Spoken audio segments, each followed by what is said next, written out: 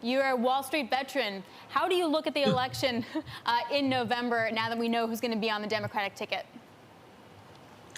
Well, of course, we knew that Joe Biden, who was a kind of moderate, was going to be the lead of the Democratic ticket. Now he's picked Kamala Harris, who is more progressive than he is. And the Democratic Party was shifting to the left. And with Kamala Harris's pick, it is definitively moving to the left.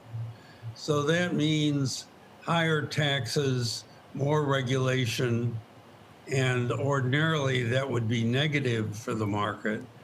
But on the other hand, we'll probably have more international agreements, better trade practice, or at least more agreeable trade practices. And so it's not clear that a Biden administration would be negative for the markets.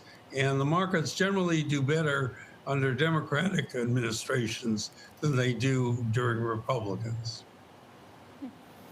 Byron, do you think a Biden administration will be better at dealing with the virus? That obviously is a significant factor in terms of the direction of which way the markets are going to go as well.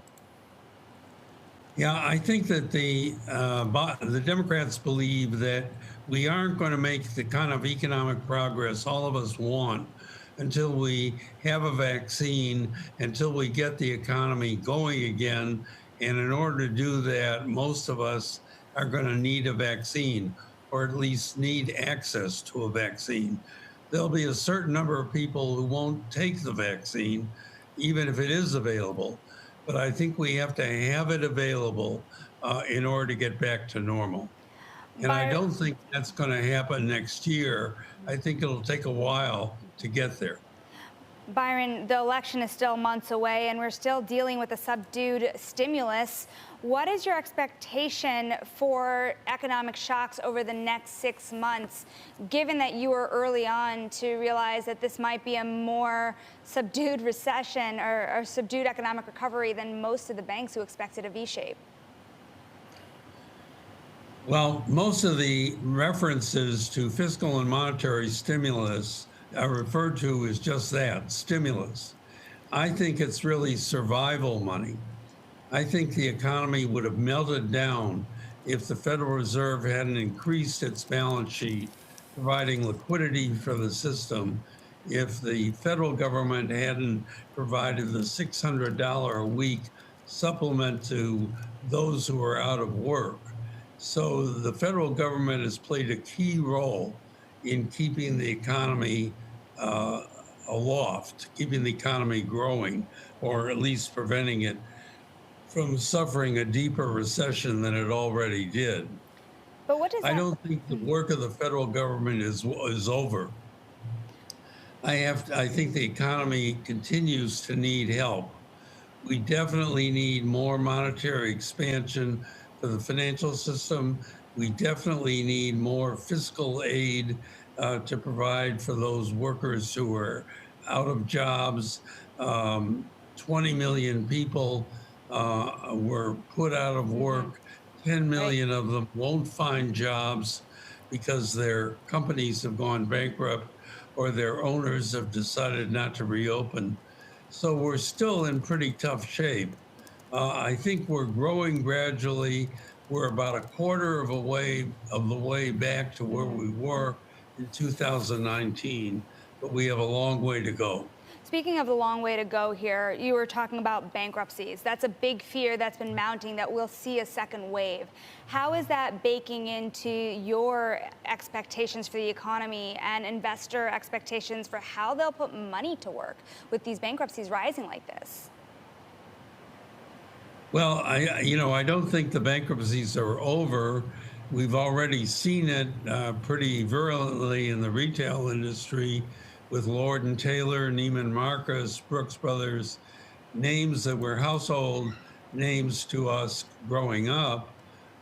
So my view is that the economy is clearly recovering. I mean, you can see that in housing and autos, where low interest rates are providing a push. and a number of manufacturing indices are coming back. If you look at the Purchasing Manager Index across the world, it's above 50, indicating expansion globally. But we're still a long way from where we were in February. Byron, are you worried about inflation? Would you advise people to buy gold? I'm worried about the dollar.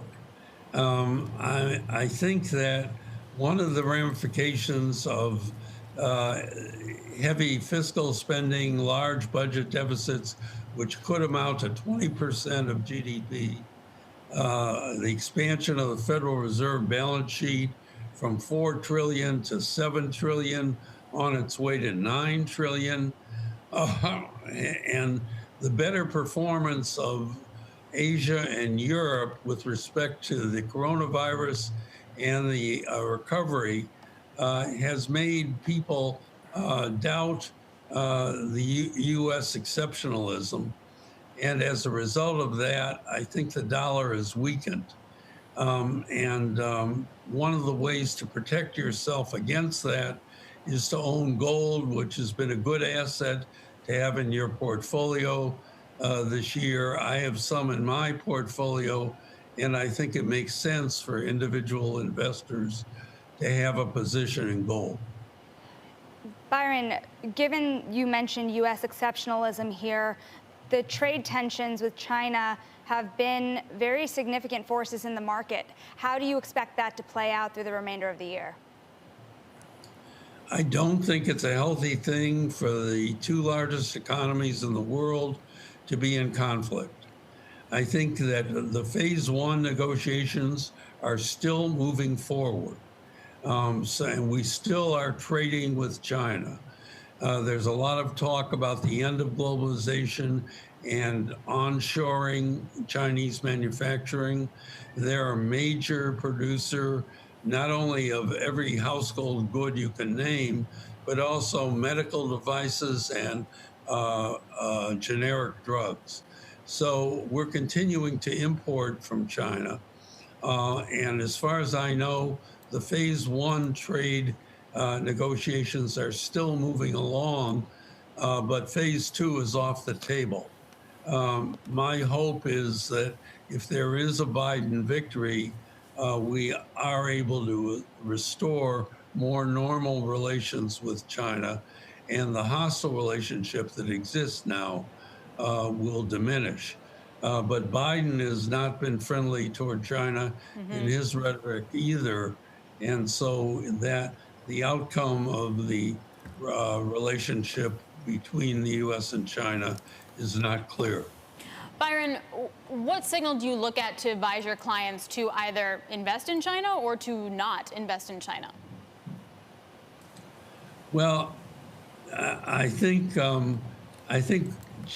China is going to be a major factor, but as long as the government is taking a nationalistic stance, so long as the government seems to be opposed to globalization, I think it's very hard to make new commitments in China. But I do think there are growth opportunities there. And I just think we need to have more harmonious relationships with China before I'm comfortable making new commitments there. Byron, do you think U.S. tech companies have fully appreciated the impact of a conflict between the United States and China? Actually, a better question would be, do you think investors in U.S. tech companies have fully appreciated the impact of U.S. tech companies being largely shut out of China? To some extent, but not to the full extent. But I still think U.S. tech companies are attractive. Their earnings are growing. The degree of innovation that's taking place here is still very impressive. I didn't like to see Intel considering transferring its manufacturing operations to Taiwan. I thought they were benefiting from having manufacturing and research and development taking place both in the United States. So I think the United States should be a manufacturer as well as an innovator, and I don't want to see that sidelined. Nevertheless, I think that creativity in technology in the United States is still ahead of where it is everywhere else in the world. But China is making major advances. They're putting more money into R&D and technology than we are, and it's making major strides. Byron, I want to revisit your S&P expectations for the year, given so much has changed. You said it would top 3,500. Where do you think it will end the year now? Well, I think I don't. I think where the bear market is over, the recession is over. I can see the S&P 500 being a little bit higher than it is today, but basically, I think it's fully priced at this point. It's been driven to where it is by the large capitalization growth stocks, by the FANG stocks, some healthier stocks, Microsoft. I think their multiples are pretty full right now, anticipating earnings in 2022. So I don't think, I think there are a number of attractive parts of the market, but they're not in the stocks that benefited from the recovery so far. I think you have to be patient with some broader industrials and even some travel and hospitality related stocks. So Byron, we always appreciate I think the market may be a little bit above where it is right now, but I don't think it's going to make major strides upward from this point.